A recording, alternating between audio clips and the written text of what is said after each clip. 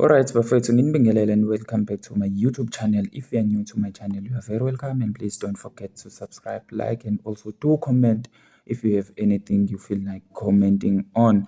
So yeah, bafethu kahle kahle ngithi ake ngcono ke ngivele ngibhunge noma ke ngikhulume nje isiZulu ngqo. Ngoba lento engiyibonayo noma engike ngayibona sekuphostiwe kakhulu ngayo on social media, especially ku-Facebook. I'm sure even on Twitter bakhona abantu abakhuluma ngayo le movie le uShaka Zulu lo ophumile. Uku-streama kwawo noma ngizothi uqale ngomhla ka-18 June and abantu abaningi abajabulile compared to uShaka lo yaya uShaka Zulu esimaziyo wakudala owawu-actwa starring as uHenry Cele.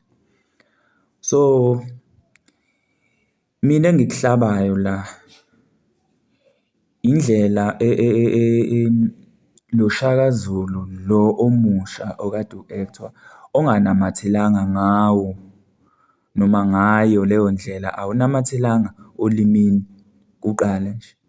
Into engiyithathe ngayo ngathi mangiyibheka ngangayizwisisa kahle noma ngangayibona ifanelekile ukuthi yenzeke. Okwesibili, kwayona nje i-character iyodwa nje. Ungakhombi ukuba ntekenteke uma uyindoda uzo-actor noma uzofakwa esikhundleni seLembe ngoba phela lapho ukhumbule ukuthi lo muntu lo omrepresent-ayo lapho kumele kuzwakale kube nesiqi impela uma wukuthi-ke wena uthathwe wafaka kuleso sikhundla leso.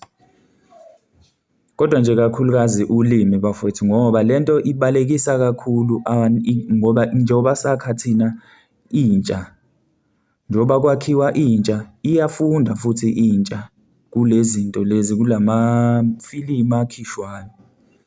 Yini into abayifundayo?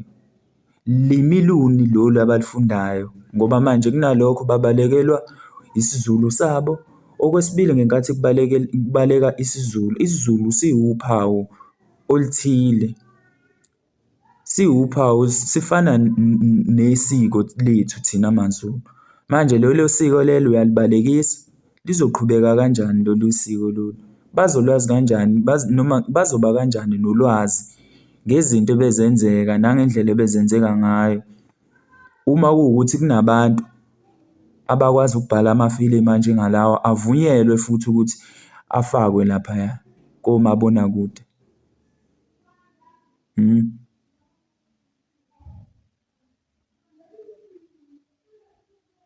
Bona abantu bakwaZulu bathini ngoba phela lento le singakhohlwa ukuthi lamafilimu lawa yiwo azohlala isikhathi eside. Izizukulwane ngezizukulwane zizobe ziwabona, kusho ukuthi zizobe sezibuka amanga uqobo lwawo. Ngaloko imlando uyashintsha, uzoshintshwa nje ngamafilimu ngendlela engafanelekile ukuthi engabe uyashintsha ngayo. Angiyithandisisi mina lento, angazi omunye umuntu laphaya njengomZulu nje, ngingasho ngithi-ke njengomZulu kuphela nje. Baningi nabanye, ziningi nezinye iy'nhlanga ekugcine kwenzeka into efanayo. Asilungiseni. Ake siyihlabe lento, ake siyilwe nalento ngoba ngempela usiko lwamaZulu noma amasiko amaZulu ngale video nje noma ngale movie iyodwa kuningi okuzobaleka.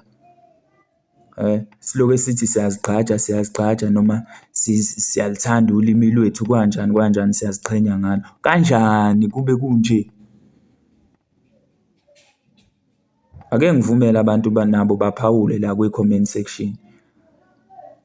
Ningakhohlwa-ke ukwenza njani futhi ukusubscribe kuyona i-channel. Ni-like ividiyo uma ukuzwisile lokhu noma ukuzwisisile lokhu engizama ukukudlulisa kuyona le video. Okunye nokunye-ke ngiyocela ukuthi-ke sikukhulume la ngezansi. Ngibonge kakhulu.